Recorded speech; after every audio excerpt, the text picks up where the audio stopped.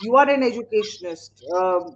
This sloganeering that we are seeing of a Jai Shri Ram versus Allah Akbar on campus, that's happening in Udupi, and the videos of which are going viral, is that something that unnerves you? Do you see that?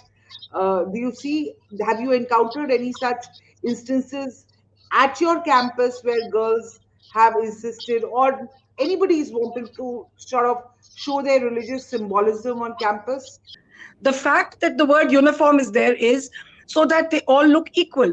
It was initially uniforms were introduced so that there would be uniformity, that the rich would not appear rich and the poor would not appear poor. Similarly, I think religion and politics are two things that should be kept off campuses completely, so that you allow the students to get an education where, with a free mind, they can approach and understand things.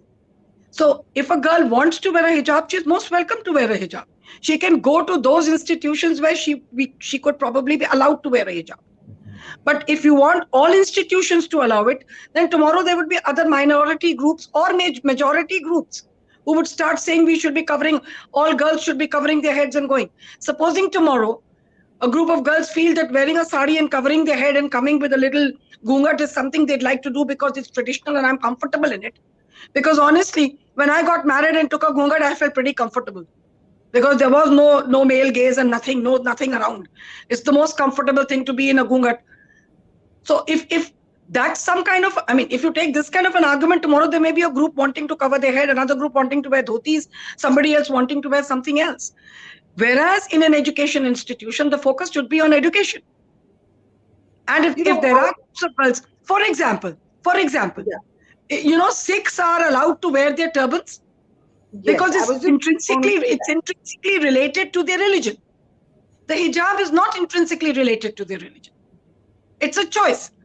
So a Hindu girl may want to cover her head, a Hindu boy may want to wear a dhoti. Are you going to allow all of that on the campus? We have to give that a thought. Having said that, I still think that wearing a hijab or not wearing a hijab is a personal choice. And it's a choice, as the lady in the group has just said, that she just decided to do it, for a whim or a desire or wanting to do this. If she saw this as part of her identity, so if she wants to do that, she's most welcome to do that. In colleges, nobody says don't no to hijab. In universities, nobody says no to hijab. In foreign countries, and but in a school where all children are going up to a certain level, you will have to have uniformity. And I still believe that hijab cannot be a part of a uniform like the turban is a part of the uniform and allowed. Even internationally, it's been allowed because it's a part of their religious belief.